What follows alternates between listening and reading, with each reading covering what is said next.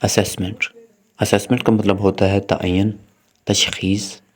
اندازہ، مالیت۔ دیکھیں، جب آپ سامنے والے کو کوئی چیز سکھاتے ہو، کافی عرصے تک سکھا رہے ہو یا کوئی چیز پڑھا رہے ہو اسٹوڈنٹ کو، اور اس چیز کو پڑھانے کے بعد جب آپ وہ ان سے کوئی ٹیسٹ لیتے ہو کہ یار اتنا کچھ جو میں نے آپ کو سکھایا ہے، کیا آپ کو کیا کیا آتا ہے، یہ ہوتی ہے آپ کی اسیسمنٹ۔ ان سے وہ ٹیسٹ لینا کویسچن کے ذریعے یا کسی اور طریقے کے ذریعے، جب آپ ان سے ٹیسٹ لیتے ہو، یہ آپ کی اسیسمنٹ ہوتی ہے۔ اچھا، یہاں پہ میں لفظ استعمال کر رہا ہوں ٹیسٹ کا۔ دیکھیں، ٹیسٹ اور اسیسمنٹ میں یہی فرق ہوتا ہے کہ ٹیسٹ جو ہے وہ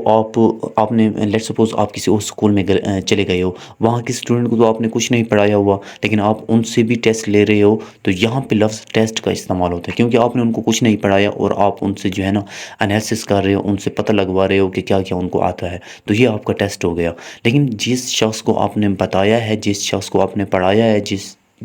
شخص کو آپ نے کچھ سکھایا ہے، اور اس کا اتنا کچھ اس کے اوپر آپ کی مغز ماری کرنے کے بعد جب آپ ان سے جو ہے نا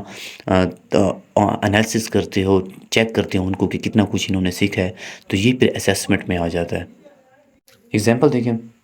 the teachers assessment of the students performance was out standing, کہ ٹیچر نے جو اسٹوڈنٹ کی اسیسمنٹ لی تھی وہ کافی آؤٹ اسٹینڈنگ تھی، کافی اچھی تھی۔ دوسری اگزامپل دیکھیں، the student perform well on the math assessment scoring 90%، کہ اسٹوڈنٹ نے میتھ کی اسیسمنٹ میں 90% نمبر لیے، مطلب کہ میتھ کا جب ان سے ٹیسٹ لیا گیا تو انہوں نے